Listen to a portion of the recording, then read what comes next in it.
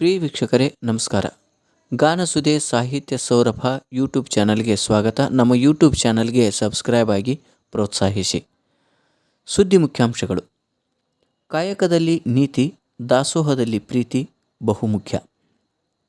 ಧ್ಯಾನ, ಧಾರಣ, ಸಮಾಧಿ ಸ್ಥಿತಿಗಳು ನಮ್ಮ ಅಂತರಂಗವನ್ನು ಶುದ್ಧ ಮಾಡಿಕೊಳ್ಳಲು ಅತಿ ಅವಶ್ಯ. ಜೀವನದಲ್ಲಿ ಶ್ರದ್ಧೆ ಇದ್ದರೆ ಮಾತ್ರ ನಿಷ್ಠೆ ಬರುತ್ತದೆ. ಐ.ಆರ್. ಮಠಪತಿ ಅಭಿಮತ. ಭಾನುವಾರ ಬನಹಟ್ಟಿಯ ರವೀಂದ್ರ ಪತ್ತಾರ್ ಅವರ ಶ್ರೀಹರಿ ನಿವಾಸದಲ್ಲಿ ಬಾಗಲಕೋಟೆ ಜಿಲ್ಲಾ ಕನ್ನಡ ಸಾಹಿತ್ಯ ಪರಿಷತ್ತು ಹಾಗೂ ಕನ್ನಡ ಸಾಹಿತ್ಯ ಪರಿಷತ್ತು ರಬಕವಿ ಬನಹಟ್ಟಿ ತಾಲೂಕು, ತೇರ್ದಾಳ ಹಾಗೂ ಮಾಲಿಂಗ್ಪುರ್ ವಲಯಗಳ ಸಂಯುಕ್ತಾಶ್ರಯದಲ್ಲಿ ಪುಸ್ತಕಾವಲೋಕನ 37 ಕಾರ್ಯಕ್ರಮ ನಡೆಯಿತು.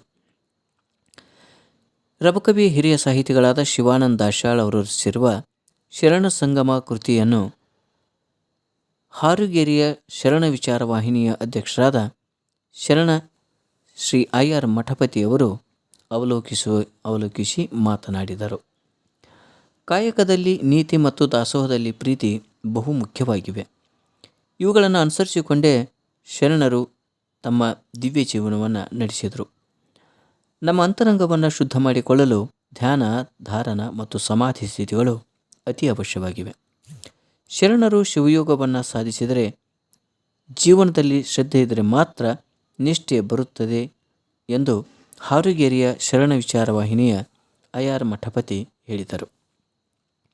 ಸಾಹಿತ್ಯವನ್ನು ಮನೆ ಮನೆಗೆ ಮತ್ತು ಮನಮನಕ್ಕೆ ತಲುಪಿಸುವ ಮಹತ್ವದ ಜವಾಬ್ದಾರಿ ಕನ್ನಡ ಸಾಹಿತ್ಯ ಪರಿಷತ್ ಮೇಲಿದೆ. ರಬಕವಿ ಬನಹಟ್ಟಿ ತಾಲೂಕಾ ಘಟಕವು ಈ ಕಾರ್ಯವನ್ನು ಕಳೆದ 37 ತಿಂಗಳುಗಳಿಂದ ಯಶಸ್ವಿಯಾಗಿ ಮುನ್ನಡೆಸಿಕೊಂಡು ಬಂದಿರುವುದು ವಿಶೇಷವಾಗಿದೆ ಎಂದರು. ಗುರು, ಲಿಂಗ, ಜಂಗಮ ಇವರನ್ನು ವಿಭೂತಿ, ರುದ್ರಾಕ್ಷಿ ಮತ್ತು ಮಂತ್ರದಿಂದ ಪೂಜಿಸಿದಾಗ ನಮಗೆ ಪಾದೋದಕ ಮತ್ತು ಪ್ರಸಾದ ದೊರೆಯುತ್ತದೆ.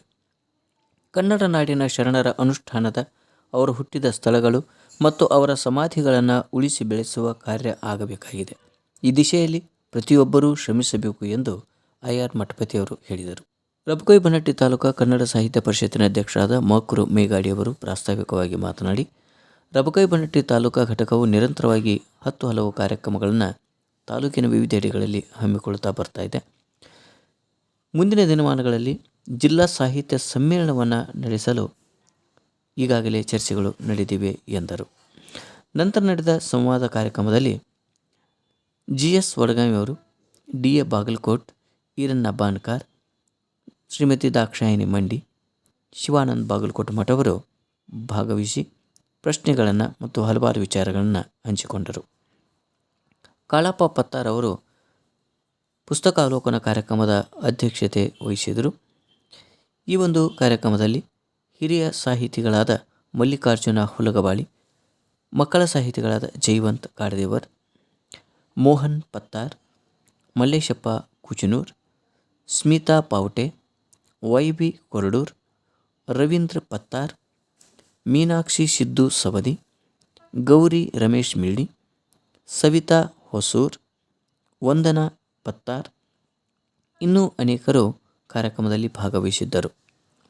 ಪುಸ್ತಕಾವಲೋಕನ 37 ಕಾರ್ಯಕ್ರಮದಲ್ಲಿ ಭಾಗಿಗಳಾಗಿದ್ದ ಕೃತಿಕಾರರಾದ ಶಿವಾನಂದ ದಾಶಾಳ್ ಅವರು ಮಾತನಾಡಿ, ತಮ್ಮ ಶರಣ ಸಂಗಮ ಕೃತಿಯ ಲೇಖನಗಳು ಕಳೆದ 20 ವರ್ಷಗಳಿಂದ ಹಲವಾರು ಲೇಖನಗಳನ್ನು ಸಂಗ್ರಹಿಸಿಕೊಂಡು ಬರಲಾಗಿತ್ತು. ಹಿರಿಯ ಸಾಹಿತಿಗಳ ಒಂದು ಸಲಹೆ ಮತ್ತು ಅವರ ವಿಚಾರಗಳನ್ನು ತೆಗೆದುಕೊಂಡು ಇದನ್ನು ಕೃತಿ ರೂಪದಲ್ಲಿ ಹೊರತರಲಾಯಿತು. ಬಸವರಾಜ್ ದಲಾಲ್ ಅವರು ಈ ಒಂದು ಕೃತಿ ಹೊರಬರಲಿಕ್ಕೆ ಭಾಳಷ್ಟು ಸಹಾಯ ಸಹಕಾರವನ್ನು ನೀಡುವುದರ ಜೊತೆಗೆ ಈ ಕೃತಿಯ ಬಿಡುಗಡೆ ಸಮಾರಂಭವನ್ನು ಕೂಡ ತಮ್ಮ ದಲಾಲ್ ಸ್ಪೋರ್ಟ್ಸ್ ಕ್ಲಬ್ನಲ್ಲಿ ಆಯೋಜನೆ ಮಾಡಿದ್ದರು ಎಂದು ಸ್ಮರಿಸಿಕೊಂಡರು. ಈ ಕಾರ್ಯಕ್ರಮದಲ್ಲಿ ನಾವಲ್ಗಿ ಗ್ರಾಮ ಪಂಚಾಯಿತಿ ಸದಸ್ಯರಾದ ದಾನಪ್ಪ ಆಸಂಗಿ, ಚಂದ್ರಪ್ರಭಾ ಬಾಗಲಕೋಟ್, ಸುವರ್ಣ ಕೊಪ್ಪದ್, ಭಾರತಿ ಆಸಂಗಿ ಸೇರಿದಂತೆ ಇನ್ನೂ ಅನೇಕರು ಭಾಗವಹಿಸಿದ್ದರು. ಹಿರಿಯ ಕಲಾವಿದರು, ತಾಲೂಕಾ ಸಾಹಿತ್ಯ ಪರಿಷತ್ತಿನ ಪದಾಧಿಕಾರಿಗಳಾದ ಮಲ್ಲಪ್ಪ ಗಣಿ ಅವರು ಭಕ್ತಿಗೀತೆ ಹಾಡಿದರು. ಡಾಕ್ಟರ್ ಚಂದ್ರಕಾಂತ್ ಹೊಸೂರ್, ಮಾಲಿಂಗ್ಪುರ್ ವಲಯ ಕನ್ನಡ ಸಾಹಿತ್ಯ ಪರಿಷತ್ತಿನ ಅಧ್ಯಕ್ಷರಾದ ಬಸವರಾಜ್ ಮೀಟಿ ಅವರು ಕಾರ್ಯಕ್ರಮ ನಿರೂಪಿಸಿದರು. ಕಾರ್ಯಕ್ರಮದ ಕೊನೆಯಲ್ಲಿ ಬಾಗಲಕೋಟೆ ಜಿಲ್ಲಾ ಕನ್ನಡ ಸಾಹಿತ್ಯ ಪರಿಷತ್ತಿನ ಮಹಿಳಾ ಪ್ರತಿನಿಧಿ ದಾಕ್ಷಾಯಿಣಿ ಮಂಡಿಯವರು ವಂದನಾರ್ಪಣೆ ಮಾಡಿದರು.